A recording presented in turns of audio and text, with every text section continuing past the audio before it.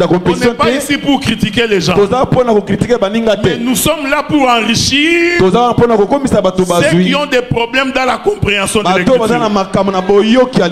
Et écoutez frère, si tu nous suis, nous voulons vous dire que Joseph en Égypte était une bénédiction pour toute l'Égypte.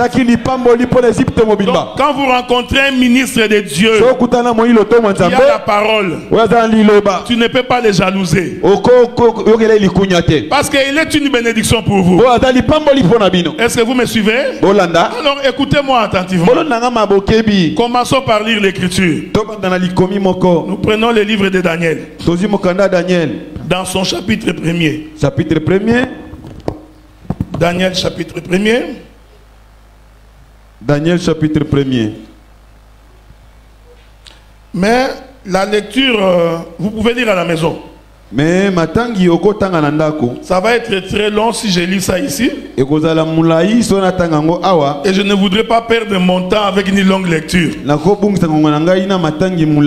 qu'il y a des gens, des fois, il fait une lecture pendant 15 minutes. Il vient prêcher pendant 20 minutes.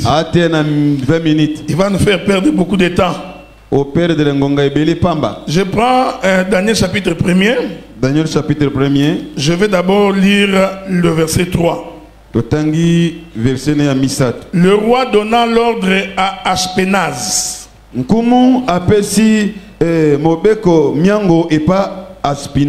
Chef de ses eunuques, d'amener quelques-uns des enfants d'Israël de la race royale.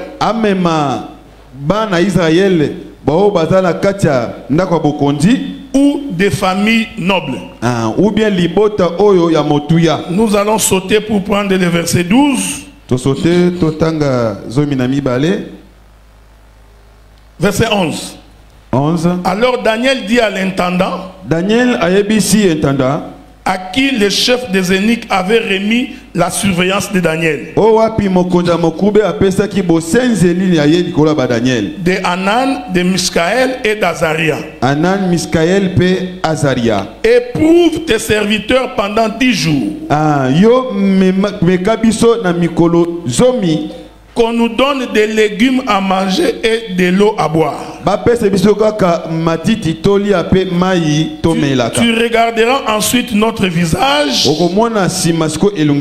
celui des jeunes qui mangent les mets du roi, et tu agiras avec tes serviteurs d'après ce que tu auras vu. Que le Seigneur bénisse la lecture de l'écriture. Mais nous croyons que c'est beaucoup plus l'explication que Dieu doit bénir. Parce que si l'écriture n'est pas expliquée, ça reste comme un pain non brisé. Donc quand le pain n'est pas brisé, les disciples ne peuvent pas manger. Pour que les disciples mangent, Jésus doit prendre le pain après l'avoir levé. Parce que après l'avoir levé, parce que nous croyons que le pain levé, c'est Jésus sur la croix. Est-ce que vous croyez cela? Parce que quand il a pris le pain, il a dit ceci, le pain, c'est mon corps. En d'autres termes, c'est que Jésus levait, c'était son propre corps. Ensuite, la Bible dit, il est rompu. En d'autres termes, il brisa son propre corps.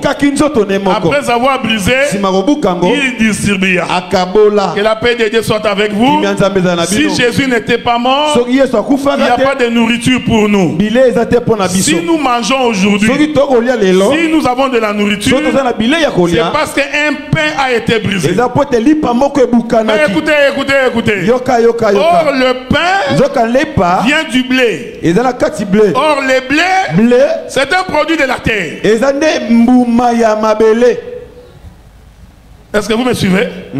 On va aller doucement. On envahit le pays d'Israël. Le roi de Babylone demande à ce qu'on puisse prendre quelques-uns des fils des enfants d'Israël pour les amener à Babylone. J'aime la précision de l'écriture. Le roi a dit ceci. tu ne me prendras que les enfants de la race royale. Et les notables. Donc, quand on est entré en Israël, on n'a pas pris n'importe qui. Est-ce que vous me suivez? On a pris ceux qui étaient de la race royale. C'est pourquoi je voudrais dire ce matin, l'ennemi, quand il jette les regards et qu'il cherche quelqu'un à détruire, il ne cherche pas Bimpuaka. Il cherche ceux qui sont de la race royale. Il faut comprendre que quand le diable te combat, parce qu'il a trouvé en toi quelque chose que les autres n'ont pas. Est-ce que vous me suivez? Yes. Parce que tu as en toi un Dieu fort et un Dieu puissant. Et les rois de Babylone savaient qu'on ne prend pas ceux qui ne représentent rien. Écoutez-moi attentivement. Ma prière est que tu sois de la race royale. Que tu ne sois pas n'importe qui. Quand tu marches comme ça, les gens du monde des ténèbres, quand ils te regardent, ils savent que tu n'es pas comme tout le monde. Parce qu'ils voient en toi quelque chose de Dieu. Est-ce que vous me voyez? Donc ici, le roi de Babylone savait, pour couper Israël de sa force, on doit prendre la race royale. On doit prendre les notables. C'est pourquoi même dans l'œuvre de Dieu, le diable ne combat que ceux qui sont utiles pour lui. Parce qu'il sait que si je combats les pasteurs, si je détruis les pasteurs, le reste du peuple n'aura aucune force et aucune efficacité. C'est pourquoi l'Écriture dit on frappera les bergers et les troupeaux se disperseront. Remarquez frère, même dans ta famille, si Dieu est avec toi, le diable fera en sorte que le combat soit pour toi. Laissez-moi te dire frère, le combat prouve que tu as Dieu. Il ne faut pas croire que les combats prouvent que Dieu n'est pas avec toi. Bien au contraire. Quand les combats, cela prouve que l'Éternel est avec toi. Parce qu'il y a quelqu'un qui cherche à te combattre. Est-ce qu'on est ensemble, non? Israël mange l'agneau. Il quitte sa maison. Écoutez-moi attentivement. Quand Israël est parti, Israël n'était pas encore sorti d'Égypte.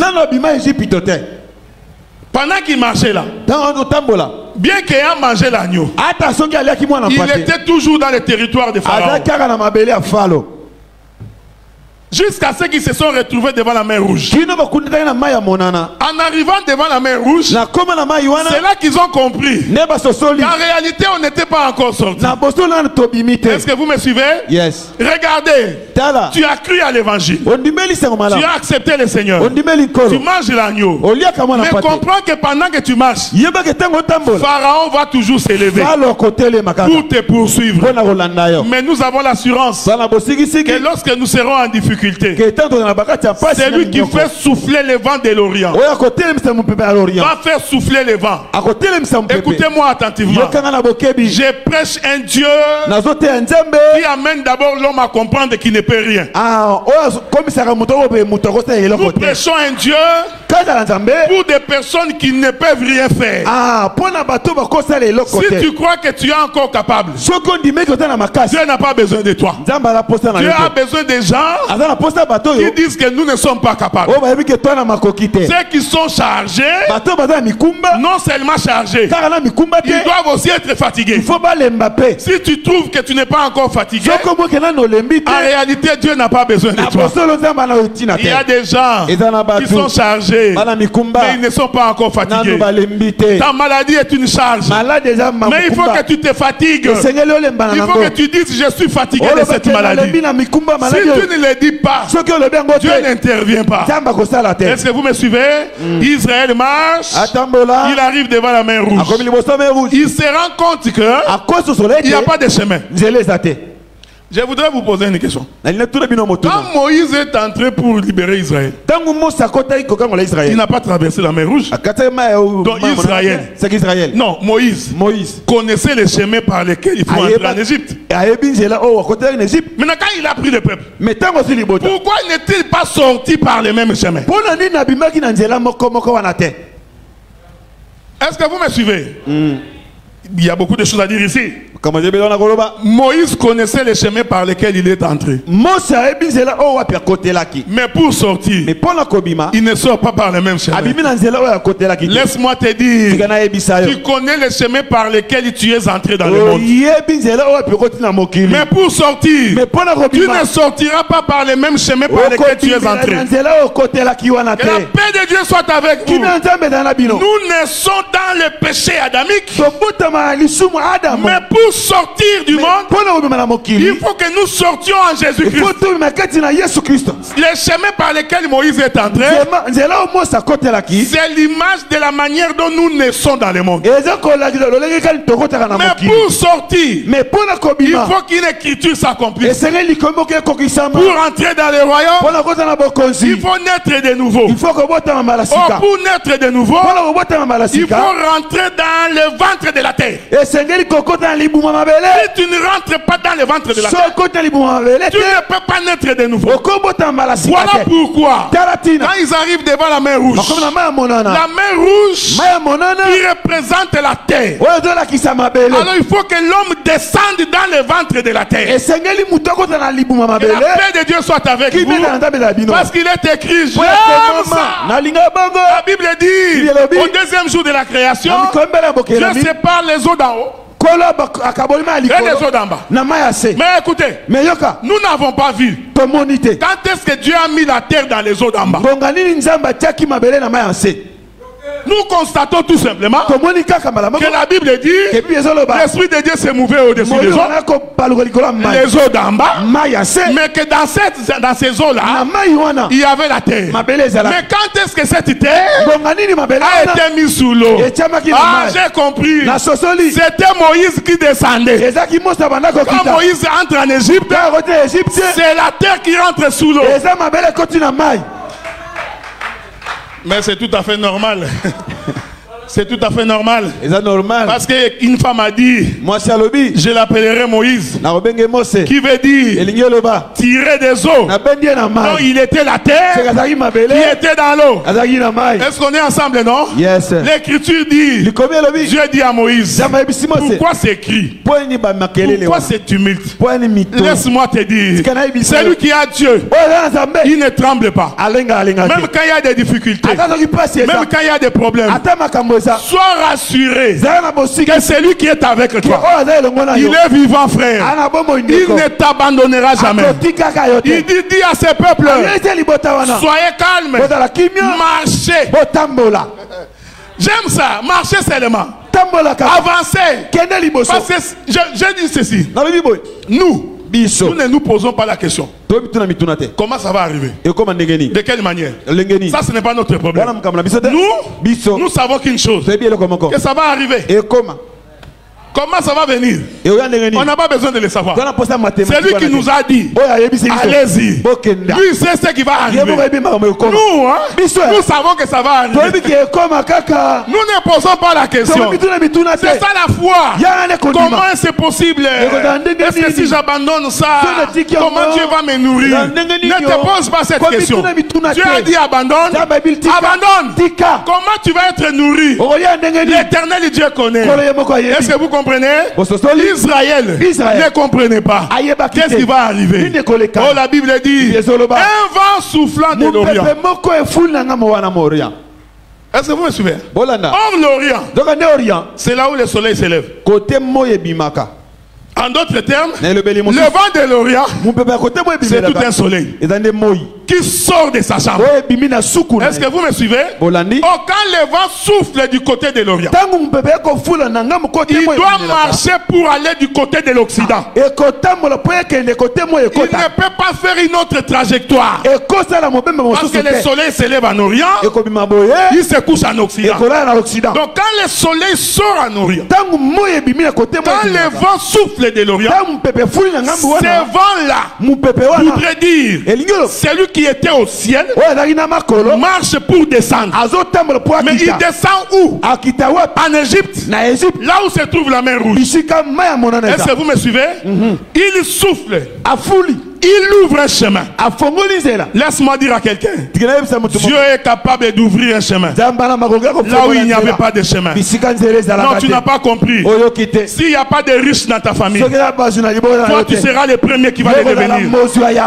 Dis-moi, je te dis, quelqu'un pose la question, lui il est pauvre, sa famille est pauvre, comment va-t-il aller en Amérique? Je voudrais t'informer, Dieu est capable de créer un chemin là où personne ne peut imaginer. Est-ce que vous me suivez? Dieu est capable, frère. Les gens regardent comme ça, ils trouvent que non, pas ici. Est-ce que de ces frères ici, on peut avoir $1000? Non, laisse-moi te dire, de toi là, $1000 peut sortir. Parce que Dieu est merveilleux, frère. Vous savez, hein? Des fois nous disons des choses que nous ne comprenons pas. Quand nous prêchons que l'éternel Dieu est le maître des temps et des circonstances, il faut croire en cela. C'est-à-dire il peut créer une circonstance dans le vide comme ça pour que toi tu sois béni. J'ai toujours dit, celui qui a l'onction de Dieu et qu'il a une mission à accomplir, tout celui qui les combat, Dieu est capable de les retirer sur la terre. Bon, je vais dire une chose ici. Bon, parce que vous avez l'enseignement qui dit bénissez, bénissez, bénissez. Aimez vos ennemis, aimez vos ennemis. Il faut faire attention, hein? Parce que moi, je crois qu'il y a des hommes qui sont des serviteurs du diable. Je vais aller doucement. De la même manière que tu crois qu'il y a des enfants de Dieu, avec ton enseignement, un enfant de Dieu ne peut pas se perdre. Je te dis, il y a aussi des hommes qui sont les enfants du diable. Ce sont des gens, même si tu prêches, dans sa pensée, il n'est là que pour faire du mal. Est-ce que vous me suivez? Il y a des serviteurs du diable. De la même manière que nous, on est serviteurs de Dieu. Sachez qu'il y a aussi des serviteurs du diable. Et ces serviteurs-là ne changeront jamais. Des gens comme ça, nous pouvons prier Dieu de les retirer sur notre chemin. Amen. Mais celui qui te combat, qui cherche que tu puisses mourir, nous pouvons prier Dieu pour que cet homme meure. Est-ce que vous comprenez ce que je dis? C'est profond. Je ne parle pas des enfants de Dieu qui sont païens qui vont se convertir. Non. Je parle des enfants du diable. Les gens qui ont fait le pacte avec les démons. Il mourra comme enfant du diable. Parce que nous faisons la différence entre les fils de Dieu et toutes les créatures de Dieu. Dieu a créé tout le monde, mais tout le monde n'est pas enfant de Dieu. Ceci est très important, frère. Dieu, c'est un Dieu de répétition. Il crée les fils. Il dit Isaac ne peut pas hériter avec Ismaël. Donc, Isaac c'est l'héritier. Même si tu fais tout, Ismaël n'entrera pas dans l'héritage. Cependant, physiquement comme ça, Ismaël avait beaucoup de biens. Est-ce que vous me suivez? Nous ne définissons pas l'héritage par les biens matériels. Non, nous ne ne refusons pas les biens matériels. Mais ce n'est pas ça qui fait de nous des héritiers. Parce que même les païens ont de l'argent. Regardez. Un jour, Isaac est devenu vieux. Appela Esaü pour les bénir. Esaü sort. Ça, ce sont des choses que vous connaissez. Je suis juste en train de passer. Jacob entre. Isaac bénit Jacob. On est ensemble, non? Oui. Esaü revient. Le père dit, je n'avais qu'une seule bénédiction. J'ai donné à ton frère. Je n'en ai pas d'autre. Jacob fuit. C'est lui qui avait la bénédiction. A fui devant celui qui n'avait pas la bénédiction. Tu peux fuir devant quelqu'un qui n'a rien. Ce n'est pas dire que tu n'as pas Dieu. Il faut savoir à quel moment il faut intervenir. Dieu est un Dieu de temps et de circonstances. Jacob savait que si Esaü me croise maintenant, je mourrai.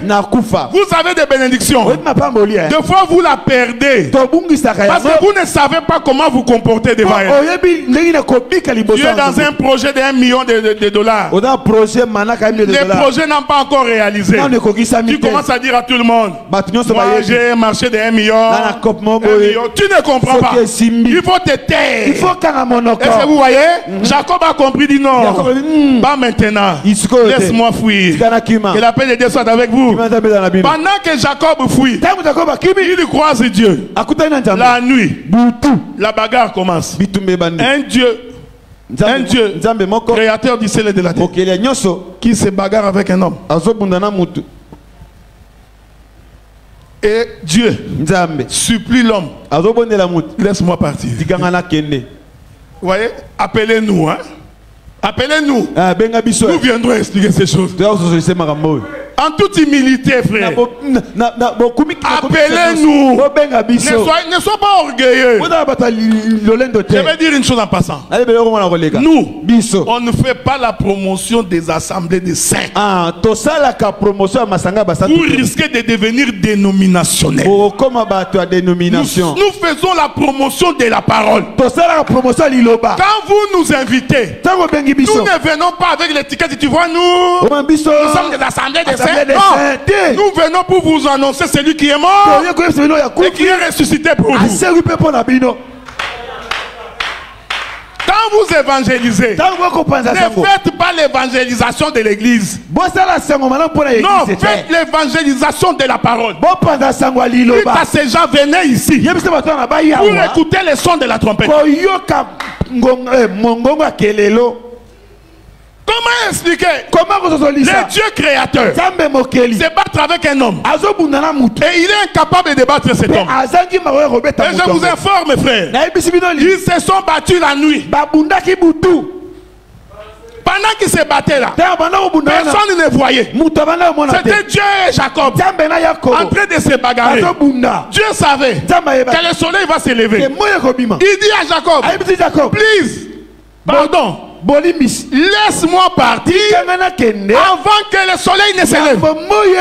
Je dois terminer avec.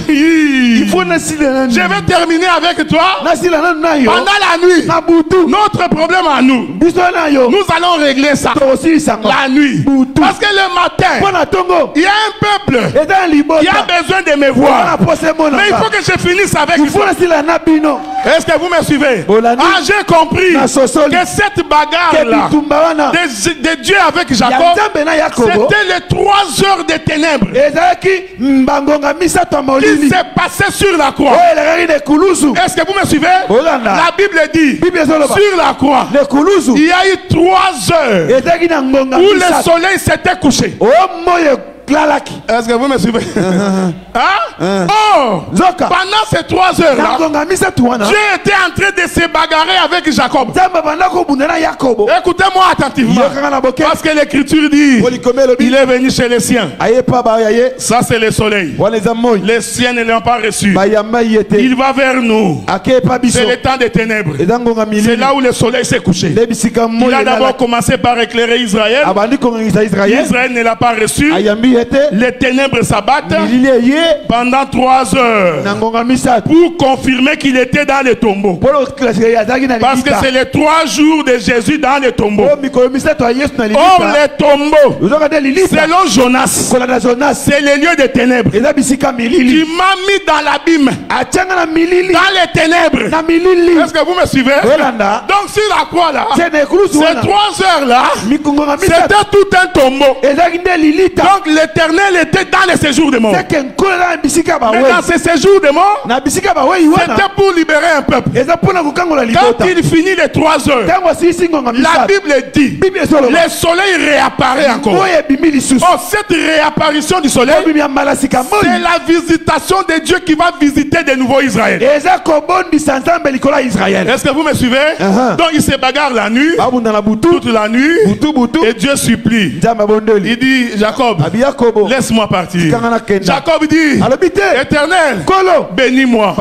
Non, j'ai eu des difficultés. N'est-ce pas toi, Jacob, qui a été béni par ton père Isaac? Isaac n'a pas dit qu'il t'a donné toute la bénédiction. Mais quelle est cette bénédiction que tu me demandes encore? Non, quelque chose ne va pas. Parce que Isaac avait dit, Jacob est parti avec tout. Quand Jacob rencontrait Dieu, il avait déjà la bénédiction de son père. Mais pourquoi va-t-il encore dire à Dieu, bénis-moi? Que la paix de Dieu soit avec vous. Si c'était toi, Dieu, on s'est rencontrés comme ça. 15 millions de dollars. 15 millions. Dieu regarde Jacob. Il dit, je vais te bénir. Et la paix de Dieu soit avec vous. Hein? Amen. Comment Dieu a-t-il béni Jacob? Il avait déjà les biens matériels. Parce que son père l'avait déjà béni. Mais Dieu pour le bénir, la Bible dit qu'il les brise à la hanche. Est-ce que vous me suivez? Suivez-moi attentivement. Donc la bénédiction de Jacob, c'était la hanche brisée. Or un jour, Jésus regarde Pierre. Il dit, Pierre, quand tu étais jeune, tu conduisais tes pas comme tu voudras. Quand tu deviendras vieux, on est ensemble, non? On prendra la ceinture. On te mettra à la hanche. On est ensemble, non? Or, Éphésiens dit, ayez à vos reins la ceinture comme vérité. Donc j'ai compris. Le brisement de Jacob, c'était de faire de lui un homme de vérité. Parce que le nom de Jacob veut dire celui qui ment. C'était un menteur. Vous voyez, il fallait qu'il soit brisé au niveau de la hanche. Quand la hanche est brisée, la démarche doit changer. C'est pourquoi, frère, si la hanche n'est pas brisée, tu marcheras comme un Joe Pop. Joe Pop, Yankee. Tous les Yankees que vous voyez ici, ce sont des gens qui n'ont pas de hanche brisée. Tous les inconvertis, ce sont des gens qui ont des hanches non brisées. Et une fois que la hanche est brisée, la démarche change. Jadis, j'ai marché de cette manière. Mais depuis que je l'ai rencontré, ma démarche a changé. Je n'ai jamais vu un homme rencontrer le Seigneur, demeurer tel qu'il était venu. Non, le Dieu que nous prions, c'est un Dieu qui brise, frère. Et quand il te brise, tu lui dis, Dieu, jusque là, j'ai marché à ma manière. J'ai vécu selon moi. Toi, tu viens de me briser la hanche. Maintenant, j'ai des difficultés pour marcher. Comment je vais continuer ma marche? Dieu va dire, d'abord, je vais changer ton nom. Tu n'es plus Jacob, tu deviens Israël. Ensuite, puisque tu as la hanche brisée, il te faut un bâton pour que tu continues la marche. Celui qui a la hache brisée a besoin d'un appui. Est-ce qu'on est ensemble, non? Amen. Toute sa démarche, hein? Il s'appuie sur un bâton. C'est pourquoi la Bible dit, le jour où Israël sortait de l'Égypte, ils avaient tous les bâtons à la main. En réalité, c'était une assemblée des hommes brisés qui s'appuient sur un bâton pour sortir. C'est pourquoi David pouvait dire, ta houlette est ton bâton me rassure. Donc l'assurance, c'est ton bâton. Je suis allé consulter le frère Paul. Paul dit, la foi, c'est une ferme assurance des choses qu'on espère, la démonstration de ce qu'elle ne voit pas. Donc la foi, c'est une assurance. Donc quand David disait, ton bâton me rassure, il voulait dire ton bâton, c'est la foi. Est-ce que vous me suivez? On prend la race royale. Pas n'importe quelle race. Est-ce que vous me suivez? On prit la race royale. Voilà pourquoi quand le diable veut te combattre, il ne choisit pas ce qui ne représente rien. Quand tu vis encore dans le paganisme, personne ne jettera les regards sur toi. Mais dès que tu commences la marche avec Jésus, les regards est plongé vers toi. Il récupère la race royale, on les amène à Babylone. Écoutez maintenant, ils arrivent à Babylone, le roi présente la nourriture. Daniel et ses compagnons. Je veux que vous me suiviez. Ici, je profite de l'occasion pour faire un appel aux gens de l'Iloba. Ils ont besoin de nous pour comprendre ces choses. Si vous nous écoutez, nous sommes dans l'assemblée des saints de Kaouka. Invitez-nous. Nous allons bien vous expliquer. C'est comme Paul, hein? Il rentre dans une ville. Il trouve que ces gens-là étaient vraiment religieux. Ils aimaient vraiment Dieu. Mais sauf qu'ils ne comprenaient pas. Donc, mais c'était des gens qui avaient l'amour de la religion. Il a fallu que Paul arrive pour leur dire non. Les dieux vrais qu'il faut prier, hein? C'est le Seigneur Jésus-Christ. Liloba, vous aimez Dieu, appelez-nous. On va vous dire pourquoi on ne mangeait que de l'herbe. Pourquoi? Ce n'est pas qu'il faut qu'on mange. Non, frère, nous on a laissé les ngoulous. On va manger l'herbe. Les ngoulous de Capella, là, toi tu trouves que c'est mauvais? Ngoulou. Et la paix de Dieu soit avec vous. J'espère que le mercredi vous serez aussi nombreux comme ça. Parce que nous avons beaucoup de choses à dire. Daniel prend sa parole avec ses collègues. Il dit ceci. Nous, donnez-nous les légumes. Donc quand Daniel dit ça, il avait compris qu'en réalité le roi leur avait proposé la viande. Est-ce que vous me suivez? Si tu ne crois pas, parce que tu me poses la question. Où est le verset? Attends. J'ai le verset. Quand Daniel dit ça, il fait opposition par rapport à la viande. Il dit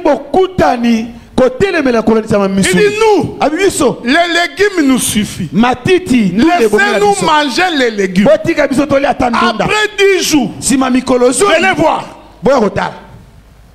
Que le Seigneur vous bénisse. Amen. Alors comme nous prêchons l'évangile qui a des rétroviseurs.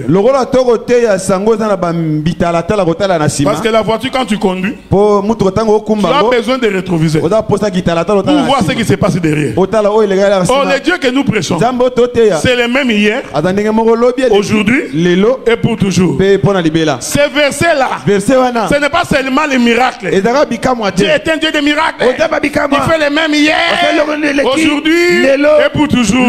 Nous disons Amen. Il est aussi le même dans sa manière d'agir. Donc chaque fois que tu veux poser un acte, vérifie. Qu'est-ce qui s'est passé en arrière? Est-ce qu'on est ensemble, non? Nous rentrons en arrière. Parce que moi j'aime les jardins. Je trouve ça merveilleux dans le jardin.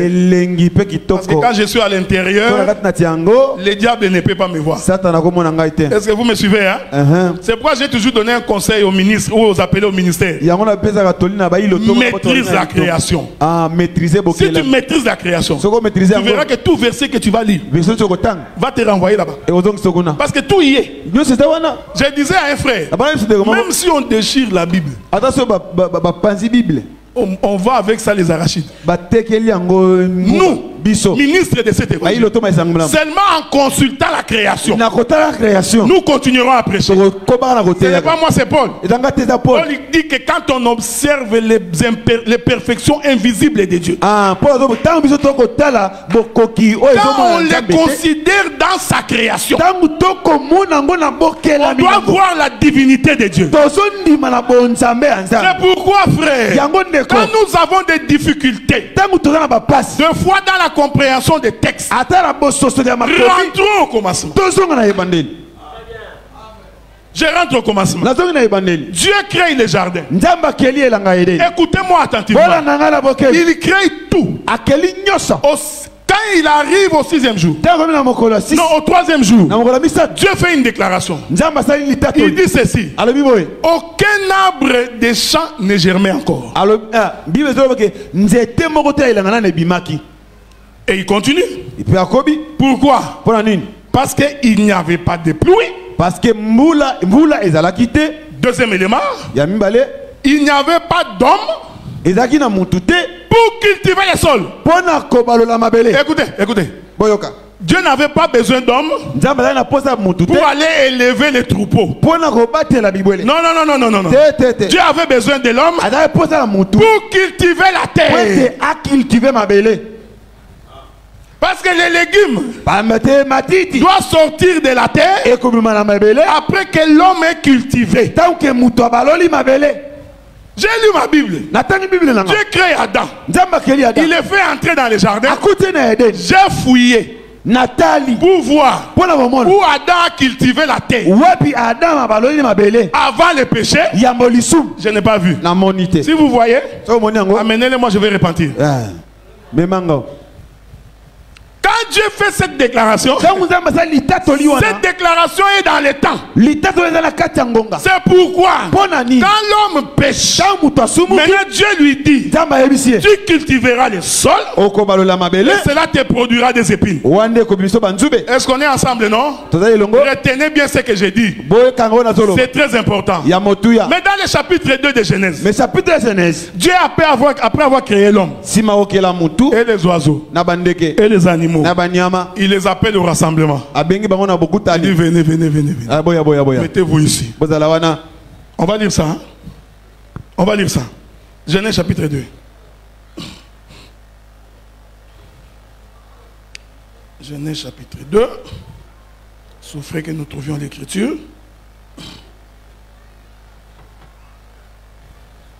Je crois que ça doit être à partir du verset 7, si je ne me trompe pas. Attendez. Voilà. Dans Genèse... Non. Écoutez. Non, c'est pas ici. Je crois que c'est dans le chapitre 2. Attendez. 2,16, hein? Merci beaucoup, pasteur. Genèse chapitre 2. Prenons le verset 16. Écoutez ce que la Bible dit. Nous lisons en notre Seigneur. Amen. L'Éternel Dieu donna cet ordre à l'homme: tu pourras manger de tous les arbres du jardin. Il y a un verset que je cherche encore. Attendez.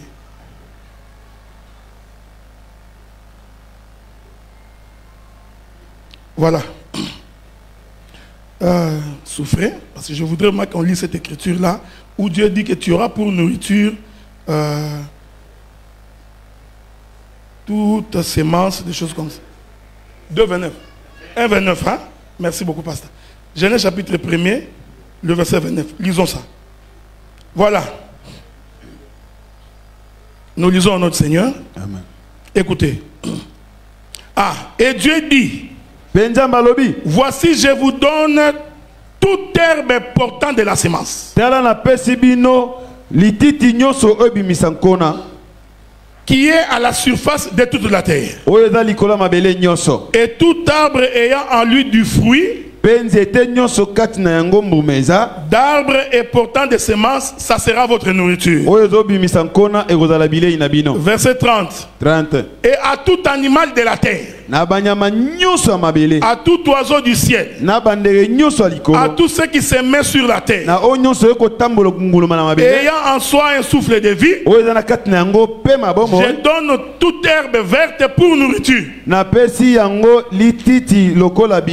Que la paix de Dieu soit avec vous. Amen. Donc avant la création, même les lions mangeaient de l'herbe. Tout animal, avant le péché, et les lions, et les léopards, et la chèvre, et l'homme, tout le monde mangeait de l'herbe. Ah, j'aime la Bible, frère.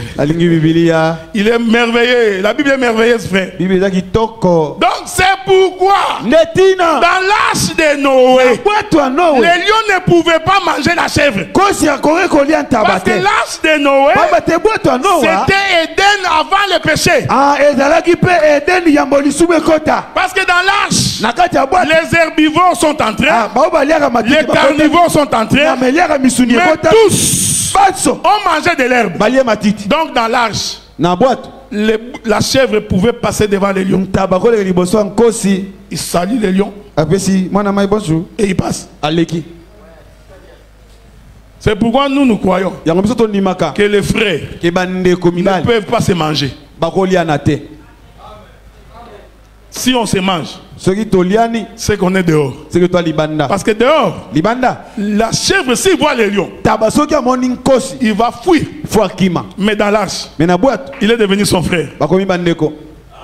Si tu étais méchant dehors, mais ici, quand tu viens ici, tu deviens un homme bon. Évitez-nous le langage. Oh, frère, c'est toi, tu me connais. Hein? Tu sais d'où je viens. Frère, tu vas blaguer avec moi. Quand un frère qui dit comme ça, comprenez qu'il n'est pas frère. Il faut comprendre qu'il n'est pas entré dans l'arche. Dans l'arche, nous mangeons tous la même nourriture. C'est pourquoi Daniel avait dit, donnez-nous des légumes. Parce que c'est la nourriture du commencement. Nous ne mangeons pas n'importe quoi. Je suis en train d'exhorter quelqu'un. Un fils de Dieu ne mange pas n'importe quelle nourriture. Même s'il est à Babylone. Est-ce que vous me suivez? La race royale était à Babylone.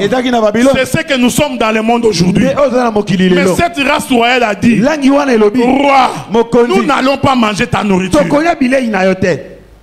Voilà pourquoi j'exhorte les frères, j'exhorte les sœurs, même si nous sommes dans le monde, nous ne nous mélangeons pas. Nous ne mangeons pas comme eux. Nous ne vivons pas comme eux. Nous n'avons pas l'adage qui dit, si tu viens dans un village, tout le monde danse sa tongue, toi aussi tu vas danser sa tongue. Ça là, ce n'est pas l'évangile. Est-ce que vous me suivez? Il ne faut pas écouter des gens qui disent, ah frère, mais tout le monde fait ça. Non, ce n'est pas parce que tout le monde fait ça que nous aussi nous devons faire ça. Nous faisons ce qui est écrit. Si ce que les autres font est conforme à la parole, nous aussi on le fait parce que c'est conforme à la parole. Mais si ce qu'ils font n'est pas conforme à la parole, nous on ne le fait pas. C'est pourquoi Daniel a dit, nous ne mangeons pas votre nourriture. Ah, j'ai compris. Pourquoi Joseph avait dit à ses frères, si Pharaon vous pose la question, vous habiterez où? Dites à Pharaon, nous, les enfants d'Israël, nous n'allons pas nous mélanger. Nous allons habiter Goshen. C'est-à-dire quand tu rentrais en Égypte, quand tu rentres, tu pouvais voir que là, c'est Goshen. Est-ce que vous comprenez ce que j'ai dit? C'est-à-dire que toi là, tout en étant dans le monde, il faut que les gens du monde te distinguent. Ils disent celui-là, il n'est pas comme nous. Il n'a pas la demeure parmi les fils des hommes. Est-ce que vous me suivez? Je vais doucement parce qu'on a encore 3 autres séances. Daniel qui demande la nourriture de l'herbe, il voulait démontrer que nous ne mangeons pas comme tout le monde. Nous n'allons pas nous mélanger. C'est pourquoi un jour, Balak appelle Balaam pour venir maudire Israël. Que la paix de Dieu soit avec vous. Le monde des démons s'associe pour te maudire.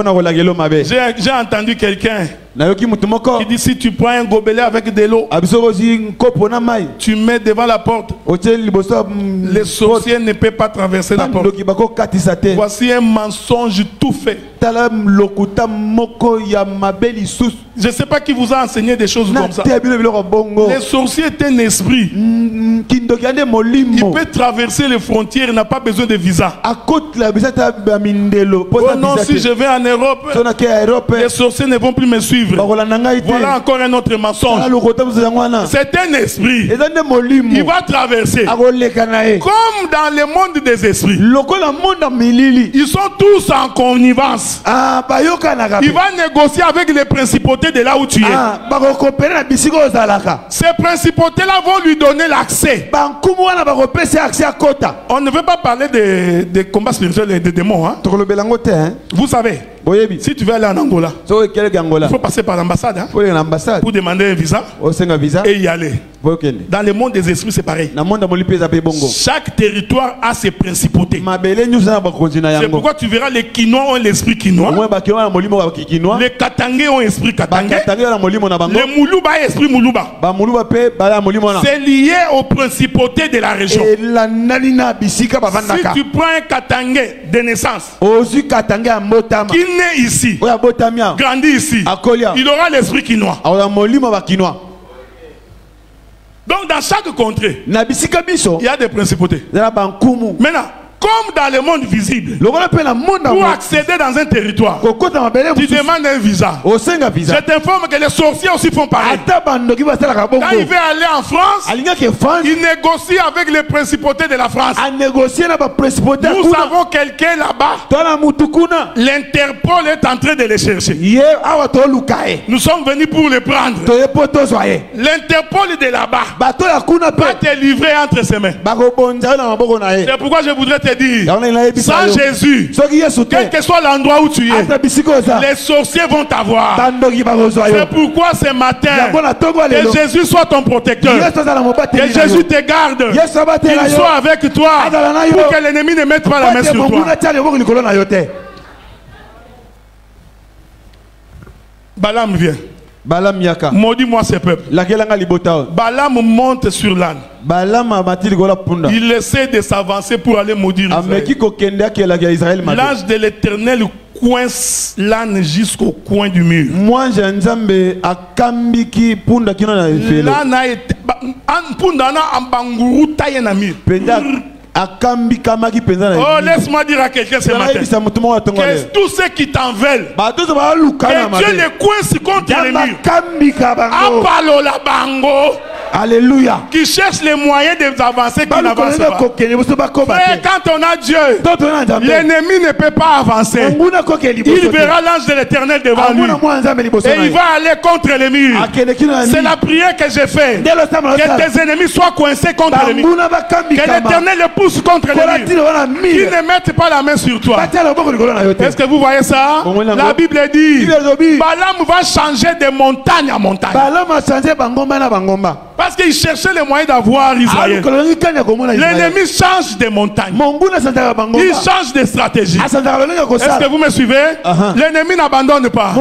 S'il vient de ce côté, ça ne marche pas. Il faut aller de l'autre côté. Tout le temps que Balaam faisait le tour, il ne voyait Israël que partiellement. Finalement, Balaam va dire, le peuple que tu me demandes de maudire, j'ai vu sa demeure. demeure dans les lieux élevés. Écoutez frère, Israël marchait à terre. Mais celui qui a vu Israël, il n'a pas vu sur la terre. Il a vu Israël dans les cieux. Laisse-moi te dire, même quand tu marches comme ça, ta vie n'est pas ici. Ta vie est cachée en Jésus. Dans les lieux élevés. Là, l'ennemi ne peut pas t'avoir. Il est merveilleux. Paul avait raison de dire, car nous n'avons pas à lutter contre la chair et le sang, contre les princes du monde des ténèbres, dans les lieux élevés. Pourquoi? Parce que ta vie est cachée dans les lieux élevés. Est-ce que vous me suivez? Laisse que l'Éternel te garde, que l'ennemi ne te voie pas, même s'il change de stratégie, que tu deviens invisible à ses yeux. Nous prions comme ça au nom de Jésus. Amen. Amen. Que le Seigneur vous bénisse. Nous allons nous mettre debout et nous allons prier quelques instants. Je voudrais inviter les chantres.